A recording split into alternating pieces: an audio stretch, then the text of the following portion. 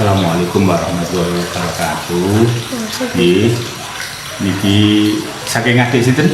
Anidi kalih Andi Sarti. kalih Sarti ide ya, jenengan nyuwun masukan asal usul cikal bakal Desa Majenang. Ngoten nah. Nggih.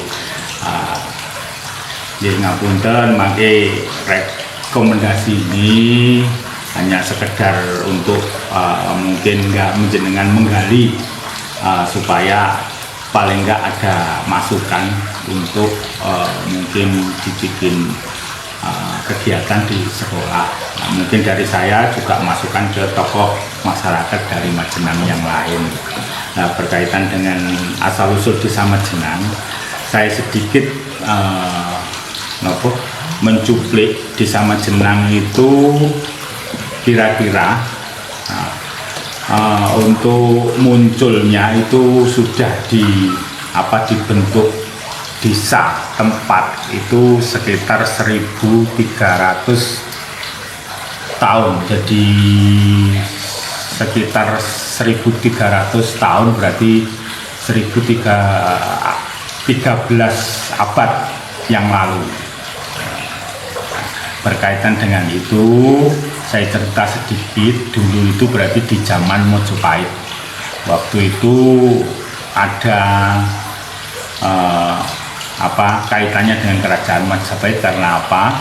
Waktu itu ini cerita-cerita di sekitar Kedungpring dan Modo dan Nimbang. Nah, waktu itu ada selir daripada Majapahit yang tidak diakui, akhirnya dia dibuang. Itu sandarnya di Kecamatan Nimbang. Jadi asmone jenenge niku Dewi Nawangsari, jadi populeri Andong Sari. Waktu niku ambil, jadi sebenarnya itu ambil dibuang, tapi di kerajaan masih dibawahi pengawal. Jadi salah satunya niku Buyut Sengkoro, terus Isi Doayah, jadi terus lagi Ki Sedah, jadi ada sekitar 3 orang. Jadi mungkin itu ada di kisaran Modo, Nimbang dan Kedungpring. Nah, kita berbicara mengenai itu asal usul Desa Majenang, dan salah satunya adalah Ki Buyut Sengkoro. Sebenarnya Ki Buyut Sengkoro itu adalah salah satu senopati dari kerajaan Majapahit. Karena apa? Walaupun dia sudah tidak terikat dengan kerajaan Majapahit, menurut cerita dia masih berkegiatan membuat kerajinan dari emas. Ya, jadi emas, kerajinan itu emas untuk dikirim ke Mojokerto, jadi ke kerajaan Majapahit. Jadi dia adalah salah satunya empu yang membuat kerajinan berupa emas yang ada di Desa Majenang. Itu cerita dari orang-orang sebelumnya, kan begitu.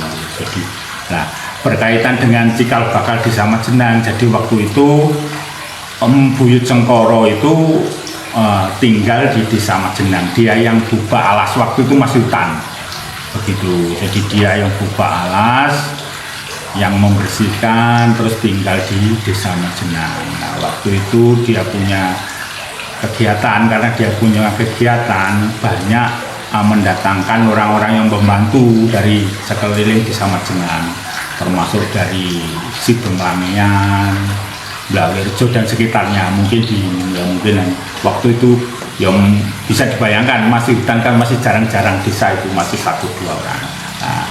Nah, waktu itu termasuk Majenang ini desa tertua. Jadi kalau di Kedungpring itu termasuk desa tertua. Jadi desa yang dulu misalnya dengan Logo dan sekitarnya itu masih paling tua Desa Majenang.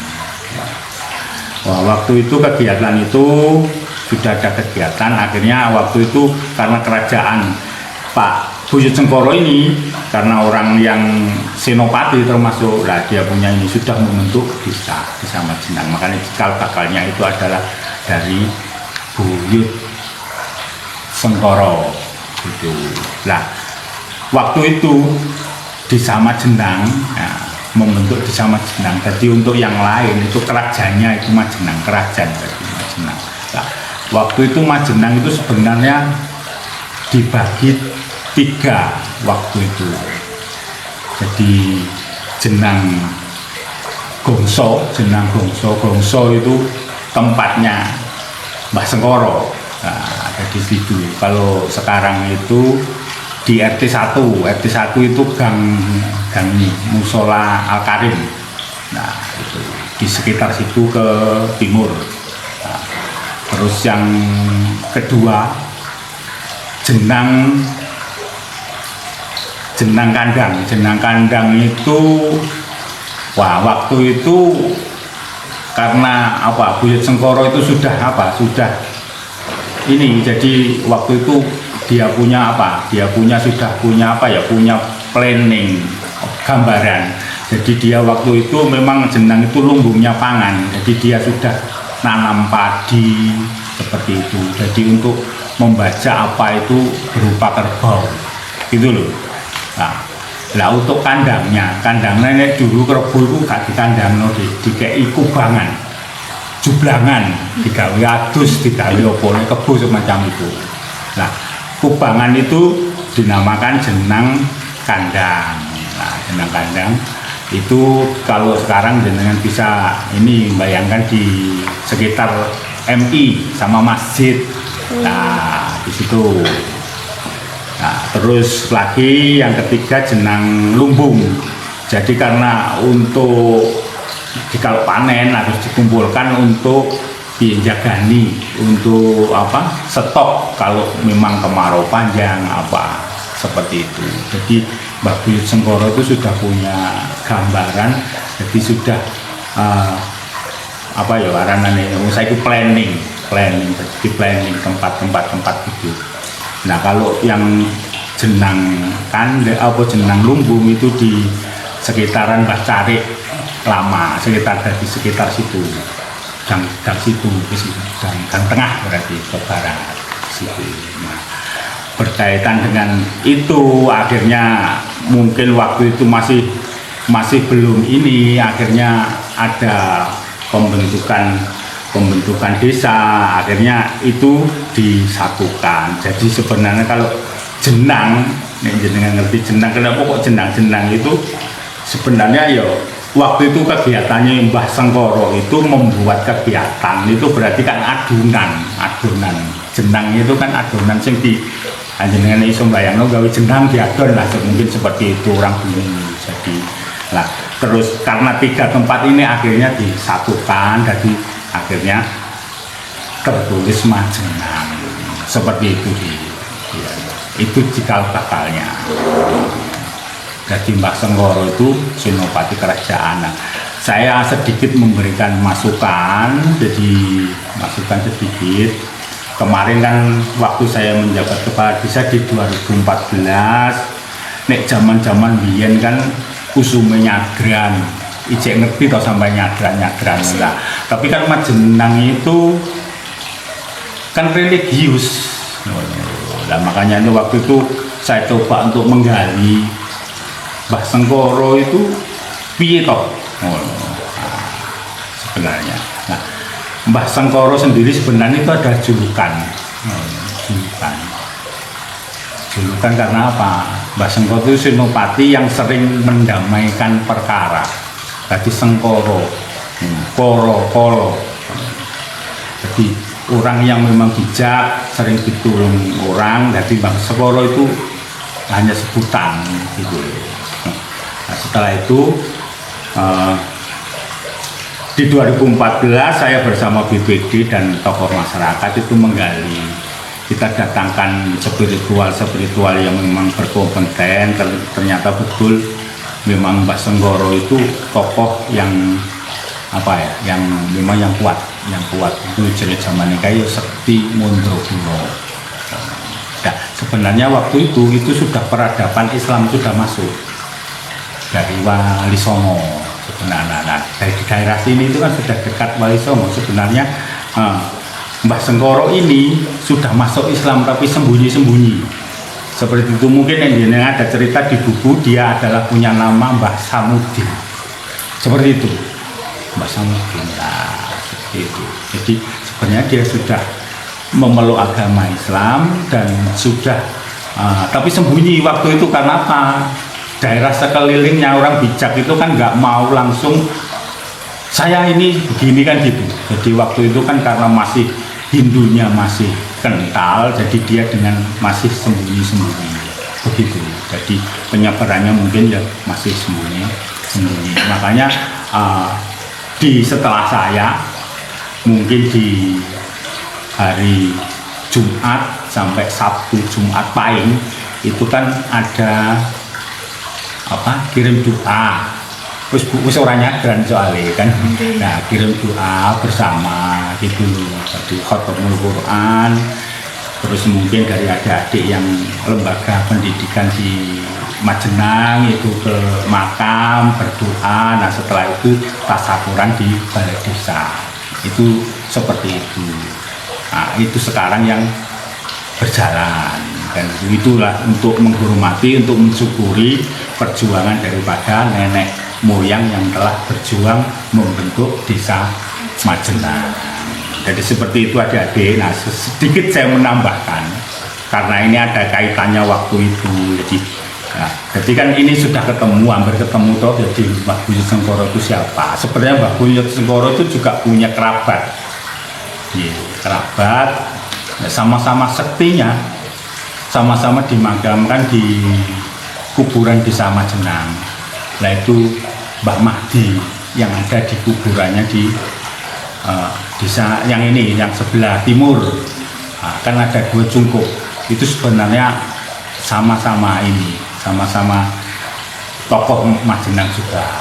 Gitu loh, zamannya Mbah ini Sengkoro juga gitu. Tapi yang lebih berdominan untuk ini Mbah Sengkoro. Jadi dua-duanya itu. Jadi ada 2 cungkup di situ, ada Mbah Sengkoro dan Mbah Mahdi. Ini ilmunya sama. Nah, waktu itu sedikit cerita nih BPN jenengan, sebenarnya dulu Mbah Sengkoro itu punya apa? Punya apa ingon-ingonan ya, sama saya senengnya kucing nggak ngono. Nah, Mbah Sengkoro itu punya ayam jago sama sama anjing asu. Nah dulu itu kalau asunya itu bertanda, kalau asunya itu baung, kalau keluar baung gitu, gitu kan. Itu nek biyen niku berarti ono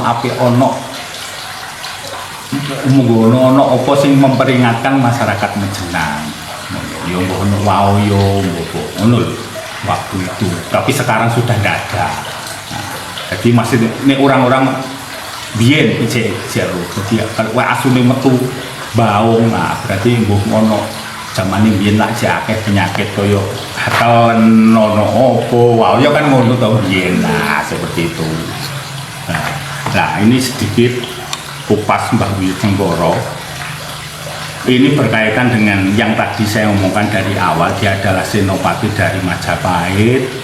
Ini sebenarnya ada naskahnya, tapi kemarin kita belum sempat nak nggone Trowulan berkaitan dengan Buyut Sedah Ki Selo Sidowayah yang di Modo. Itu sebenarnya nek jenengan tahu Patih Gajah Modo itu sebenarnya adalah anaknya Anjung Sari. Nah, Putri Anjung Sari, tapi karena dia waktu kecil ditinggal akhirnya dia ikut sama-sama senopati yang ada di Modo, di Sidowayah. Nah setelah itu ikut di sana, itu tempatnya nggak salah di Sedah Modo. Ini apa? Tilasane. Nah waktu itu Ki Sidowayah sudah meninggal, dia ikut di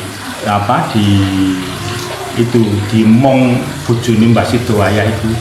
Jadi Mbah Rondo Modo akhirnya setelah itu dia disuruh berburu ke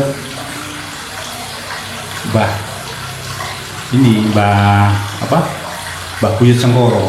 Nah, makanya itu Gajah Mada itu awalnya bisa waktu itu kan dia terus sudah besar itu kan melok tes nggone prajurit Majapahit, langsung diterima karena ada waktu itu gajah yang ngamuk, semuanya tidak bisa mengendalikan, yang bisa mengendalikan kan Gajah Mada. Dia akhirnya kan diterima di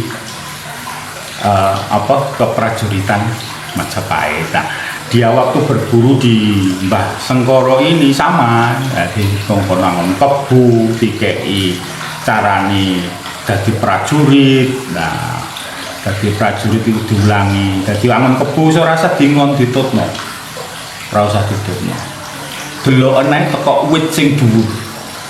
Nah, seperti itu. Jadi waktu itu ya mungkin waktu itu ijek ada hubungannya kerajaan, ada prajurit yang ke Tuban, waktu itu kan lintasnya jalan ini, jadi dia tahu, jadi akhirnya dia pengen jadi prajurit. Nah, waktu itu merguru karo merguru namanya di Sengkoro, di Buyut Sengkoro itu dikei ilmu di tangan, ilmunya itu setara dengan kekuatan 1000 kerbau gitu loh waktu itu. Jadi ini berkaitan dengan cerita itu saya sampaikan, makanya tangannya Gajah Mada kuwi memang luar biasa kekuatannya begitu loh. Nah, sedikit akhirnya sudah besar, jadi Mada mbek jenengan ora do, jadi waktu itu mulai akhirnya besar dia pengen jadi prajurit, akhirnya dikongkon nang Majapahit. Majapahit kan Trowulan Mojokerto gitu. Akhirnya dia diterima, makanya jenenge Patih Gajah Mada itu karena mungkin dia itu memang dari Mada gitu loh. Itu sedikit cerita maksudnya. Jadi untuk yang asal usuli yang Buyut Sengkoro sampun toh asal dari Majenang, jadi seperti itu. Jadi ada seseorang yang namanya Buyut Sengkoro, yang itulah orang pertama yang bubak desa Majenang. Jadi dia yang membuka Majenang. Jadi punya kegiatan gongso itu ngelebur gaya perhiasan itu kan dilebur disik lagi di manik-manik kan gitu lah. Makanya di jenang awam usung bayang bener podo di gongso nih ya. Ngoten itu sekilas astikal bakal bisa Majenang. Monggo nih lain hari jenengan perlu masukan pipi saat ini enten sing ditakokno. Sampun nggih matur suwun. Jadi kalau mungkin lebih jelas mungkin jenengan kadang-kadang tulisan seperti ini ada mungkin yang tidak begitu nyambung, tapi mungkin ada 1-2 yang akhirnya seperti itu cerita seperti itu. Yeah. Mungkin masukan dari tokoh yang lain, insya Allah hampir sama. Nggih ngoten mawon, matur suwun, nggih Mbak.